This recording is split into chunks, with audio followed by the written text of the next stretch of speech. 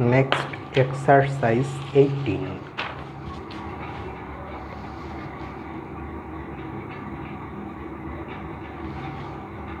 Yes. For any n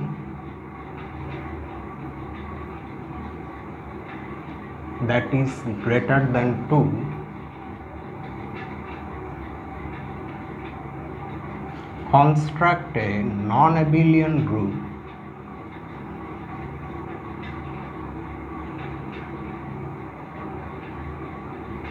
of order 2n, and there is a hint also.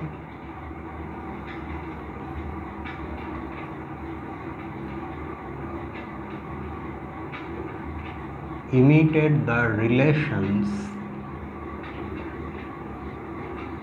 in S3. Okay, we will not pay heed to the hint, we just see there is a solution. Let's see how we can construct a non-abelian group. Okay, by the way, before we start the solution, let's just notice one thing. We have been asked to construct a non-abelian group of order 2n. Had we been asked to construct just a group of order 2n, the answer is immediate. You can just consider the cyclic group of order 2n and you have a group of order 2n.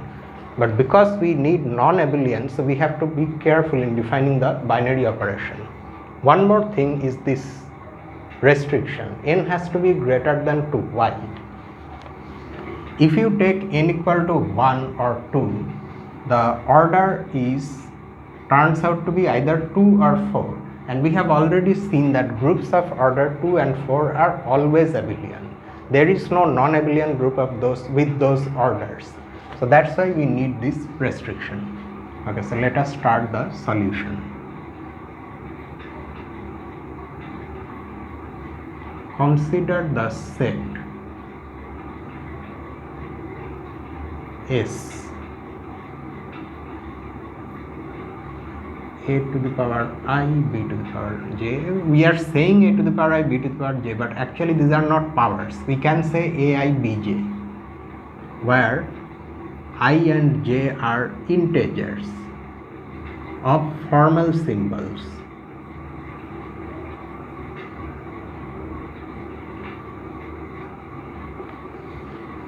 A few words about these formal symbols. When we say that something is a formal symbol, it means that it has the form of something. Okay, form of some symbol about which we already know. And here it looks like a product, the product of a to the power I and b to the power j. But when we say formal, it means that it only looks like that. It's not actually that. A and b are not numbers. They are just some abstract symbols. And this I and j, however, are ordinary integers, but this should not be interpreted as a product. It should be interpreted as a symbol, a single symbol, where we have parts. One part is this a, the other part is b, and we have integers also as parts of the symbol. The parts a and b by themselves hold no meaning. Okay. They are meaningful only when they are written inside this symbol. The symbol as a whole is a single entity. Anyway, so that's what we mean when we write formal symbols. Now we define equality in S. When should we say that two such symbols are equal and when we should consider them to be different? For integers I1, J1, I2 and J2,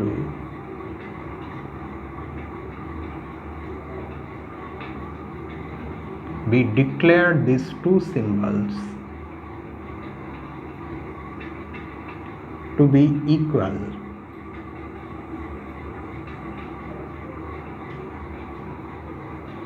whenever, if and only if I1 is equal to I2 and J1 is equal to J2. In other words, different choices for I and J will give us different symbols. For two symbols to be equal, their corresponding superfix integers should be equal. Okay, now what we do? Now we define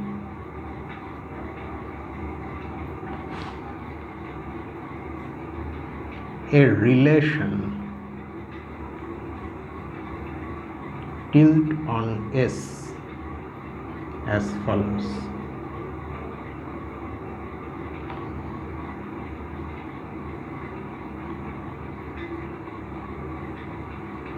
For two such symbols,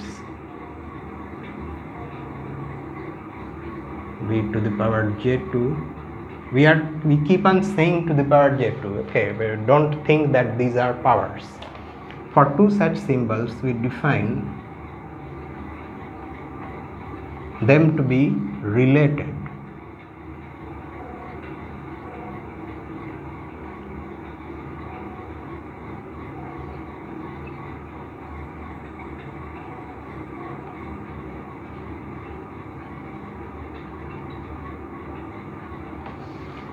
If and only if the first superfixes are congruent to each other modulo 2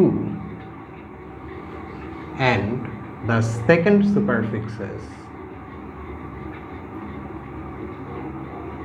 are congruent to each other modulo n, where n is this integer. Okay, so we will say that two such symbols are related if I1 is congruent to I2 modulo 2 and J1 is congruent to J2 modulo n. For example,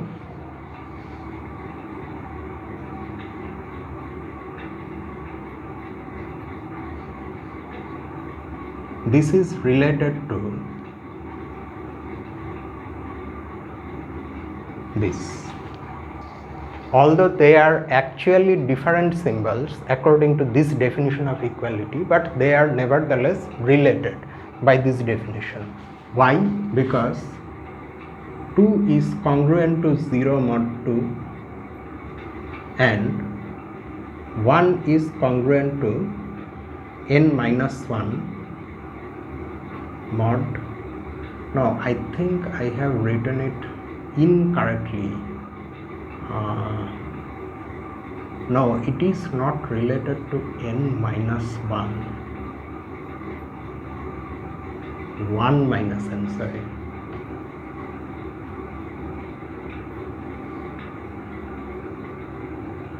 Mod n, yeah, now it's okay. Okay. So that's the definition of this relation is. Now the fact is that this relation is actually an equivalence relation on S with some equivalence classes, of course. This fact we will not prove. It's actually very easy to prove that this is an equivalence relation. So we will just mention it. One can show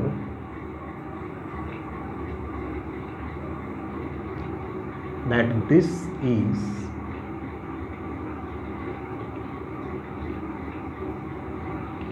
an equivalence relation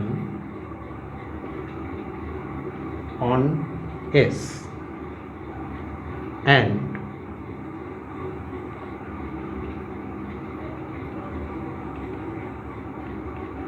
the distinct equivalence classes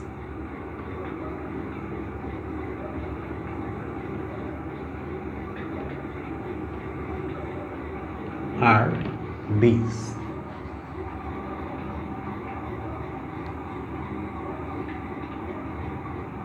A0 B0,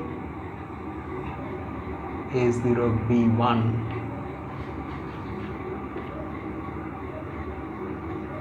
A0 B n minus 1, A1 B0, A1 B1, A1 B n minus 1. Okay, so this is also not very difficult to show.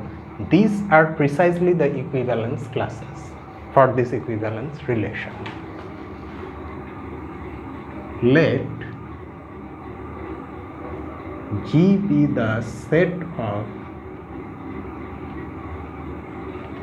all these equivalence classes.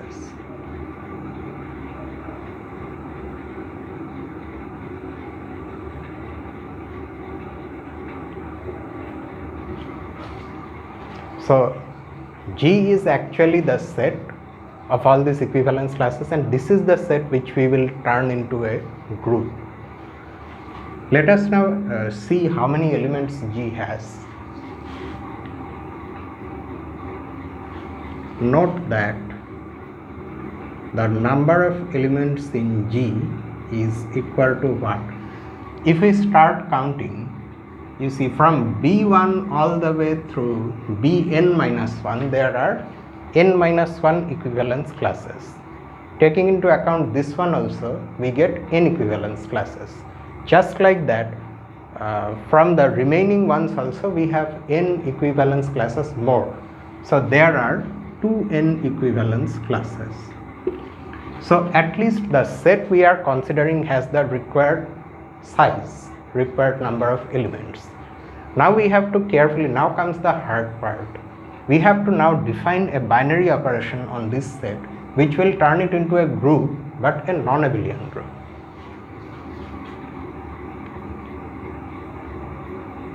We next define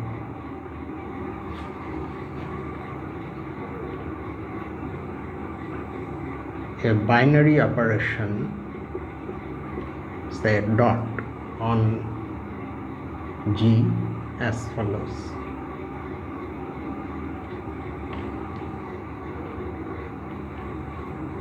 So we have to take two elements and we have to say what we get when we operate on them. So say we have these two elements in G.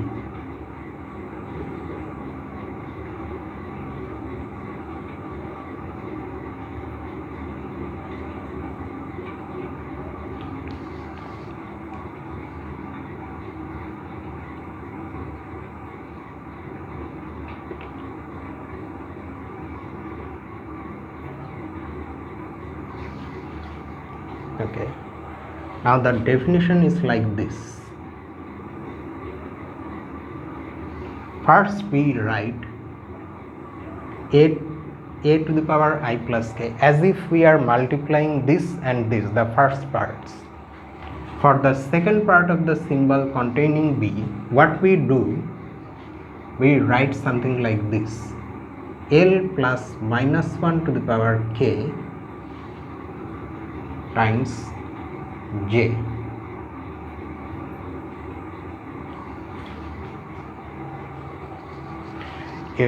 In writing the second part, which of course is the complicated one, we come in this direction. We come from L k j, and the form of this integer is this: L plus minus 1 to the power k times j. Okay, now having defined this operation, we have to see whether it is well defined. Then only we can go ahead and verify the other conditions that we need to see to make sure that G forms a group under this operation. So our first job is to show that this operation is well defined. Note that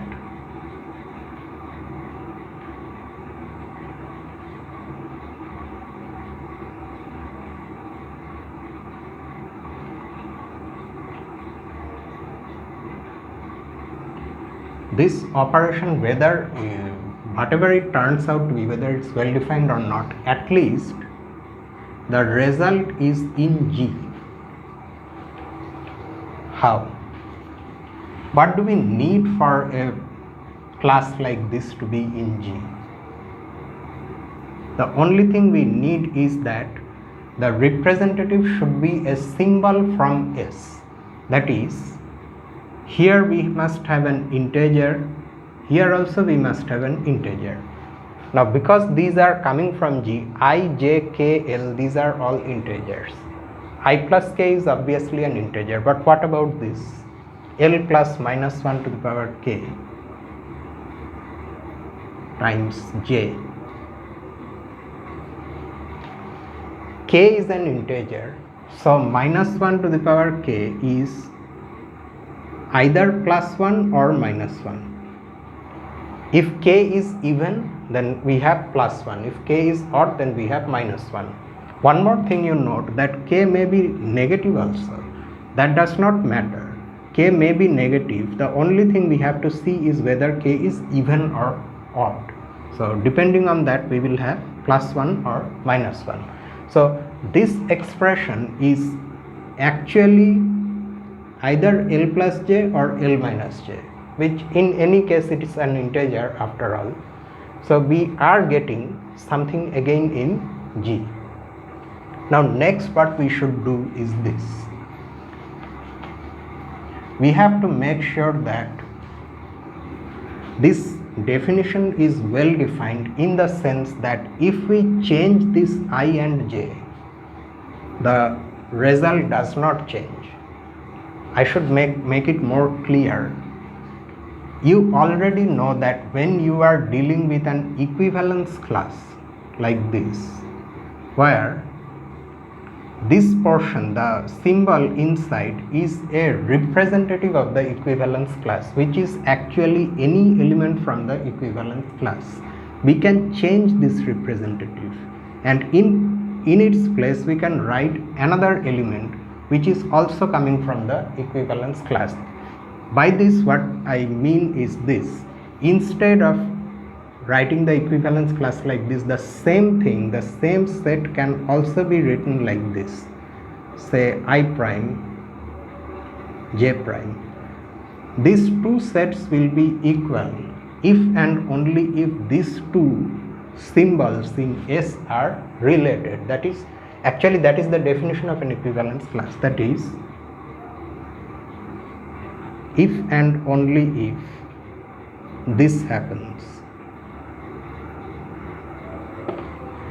Okay, so since we are defining the operation like this, and the operation ultimately, the result ultimately depends on I, J, K and L, so don't you think that if we use a different representation, the result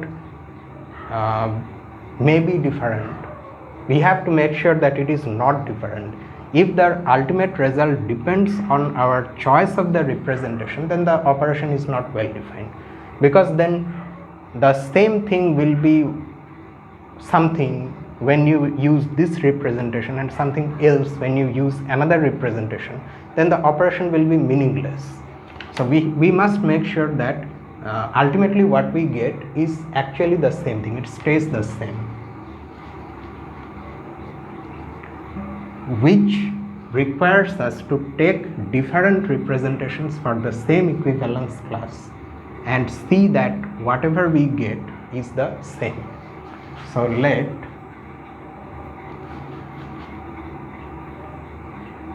I1 J1, I2 J2, K1 L1,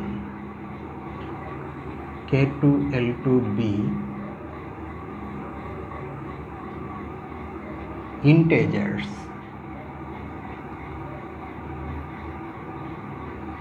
such that AI1 BJ1 is equal to AI2 BJ2 and AK1 BL1 is equal to AK2 BL2. Okay, so two different representations for both the equivalence classes. We will now show that this does not affect the final result. This implies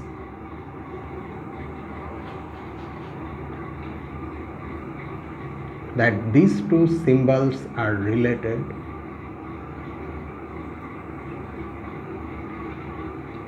and these two symbols are also related. K1 bit L1 is related to AK2 B L2. That is, now apply the definition of the relation itself.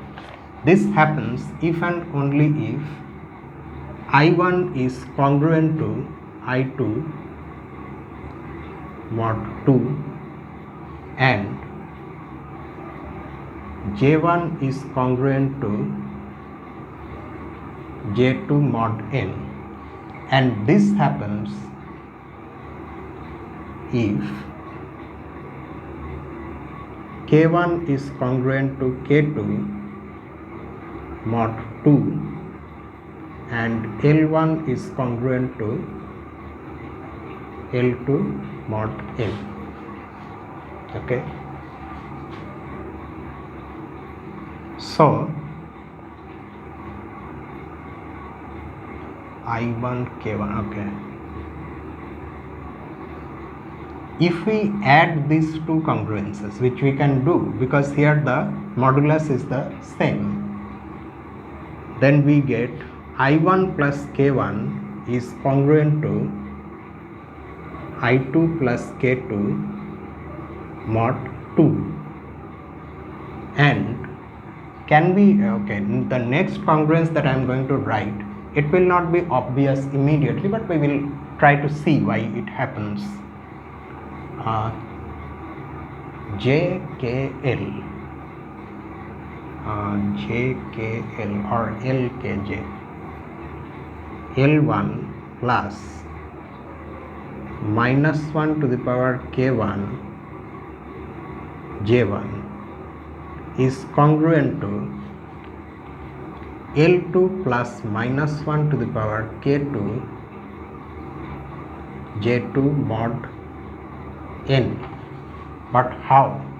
This one we understand. It comes from adding these two congruences. If you go to section 1.3, where we define congruence modulo in this relation for the first time, there we have all these things proved for us, either in the text itself or in the exercises. However, this one, let us see. Note that K1 is congruent to K2 mod 2. What does this mean actually? This means, this part, it means that 2 divides K1 minus K2.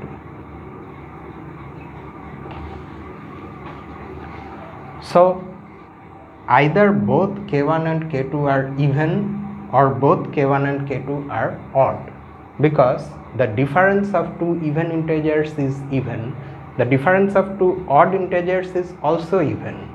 However, if one of them is even and the other is odd, then the difference is odd, which will not be divisible by 2, which means that K1 and K2 have the same parity, that is either both are even or both are odd. Now, and that has a that is the reason why this congruence is true.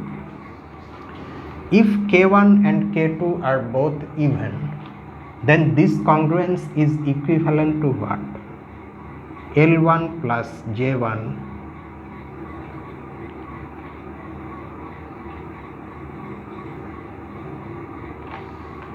then this congruence is just this, and this we can get directly from these two things by adding these two congruences, just like we added these two.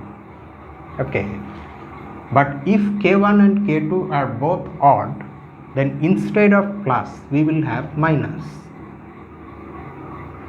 This is also true. You can subtract this congruence from this one to get this one. So in any case, we have this. Okay.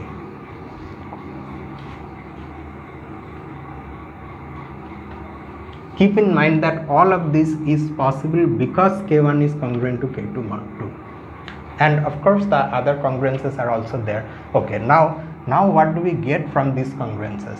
Here, starting from these equalities, we reduce things down to the level of congruences. We will now go in the other direction. From congruences, we will now go to equivalence classes. These congruences implies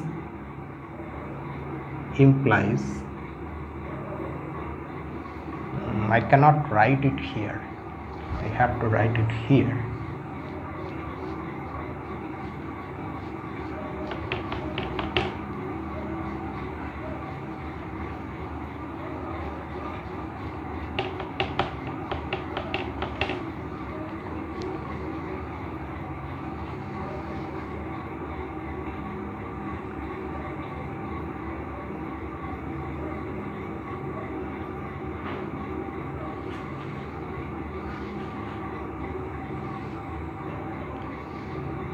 L1 plus minus 1 to the power K1 J1 is related to a to the power I2 plus K2 b power L2 plus minus 1 power K2 J2. These two symbols are related in S. These are two symbols in S because after all these are integers. So we can form these two symbols. So these two symbols are related because of these congruences and the definition of this relation.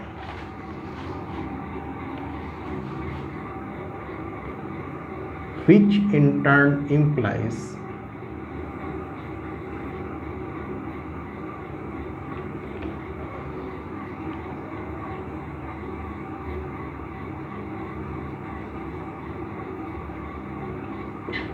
dot a to the power k a power k1 b power l1 which is equal to this plus k1 minus 1 power k1 j1 is equal to I2 plus K2 L2 plus minus 1 power K2 J2 which is equal to this.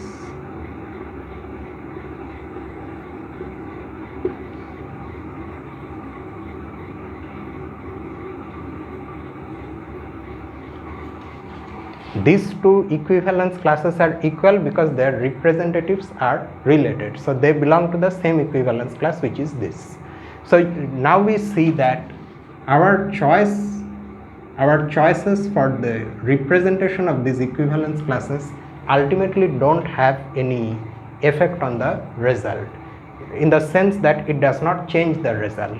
Whether we take this one or this one, and at the same time whether we take this one or this one, ultimately we get the same result. Hence the operation is well defined. So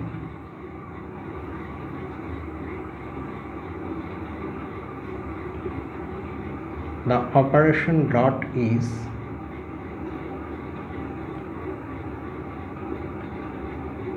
well defined, and we have already seen that it keeps us inside G, that is G is closed under this operation. So we already have closure property. Okay, now we see associativity. In spite of this peculiar definition, peculiar binary operation, we will see that it is nonetheless associative. Let Aibj AKBL and say AUBV belong to G. then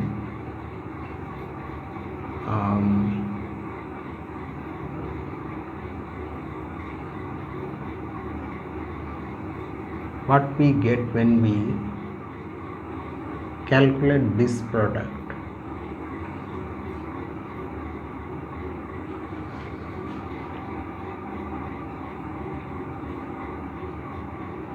AUBV, this is equal to, first we do this one inside, so we will get I plus K L plus minus 1 to the power K J dot AUBV. Now then we calculate this product.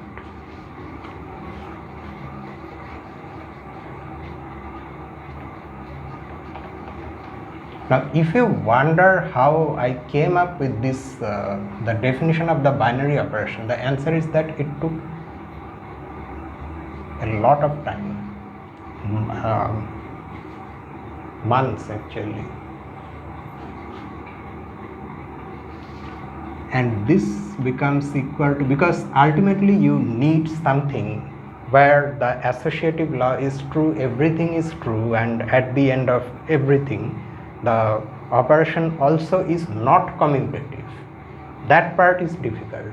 You can define many things where ultimately it will be commutative. Say, instead of writing this complicated expression, you can just add J1 and L1.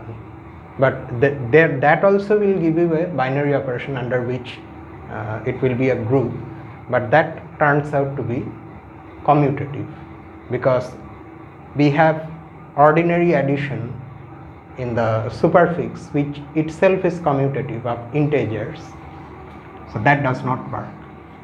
Okay, so here what do we have now? A to the power I plus K plus U. Here I have to be careful. B, in the superfix I should have V plus. I am coming from that side, so V plus minus 1 to the power U times this whole thing. L plus minus 1 to the power K J. Okay. Now what can we do with this? We can of course write this one like this, K plus U, and here what we have,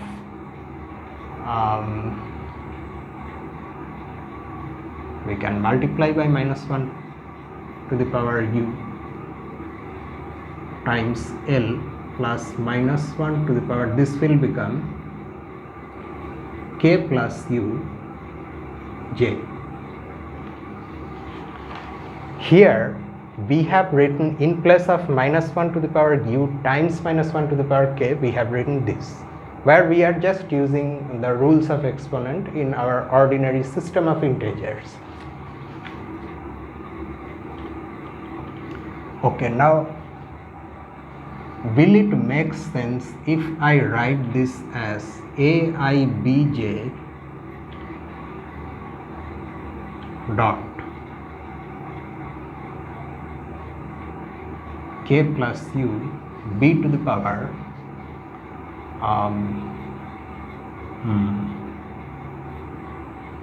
V plus minus 1 to the power UL?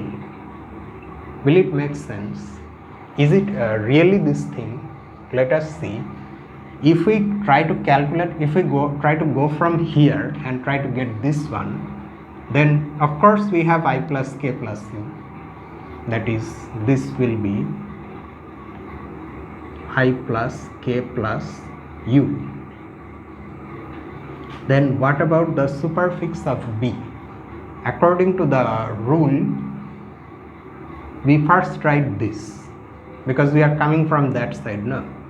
So v plus minus 1 to the power u l plus, then we raise minus 1 to this power. First this one, then this integer, then this integer. That is, we raise it to k plus uth power times j. Is it what we have here? You see, yes, v minus 1 to the power u times l plus minus 1 to the power k plus u times j. So actually we are getting this thing. Okay. And now if you look at this second factor,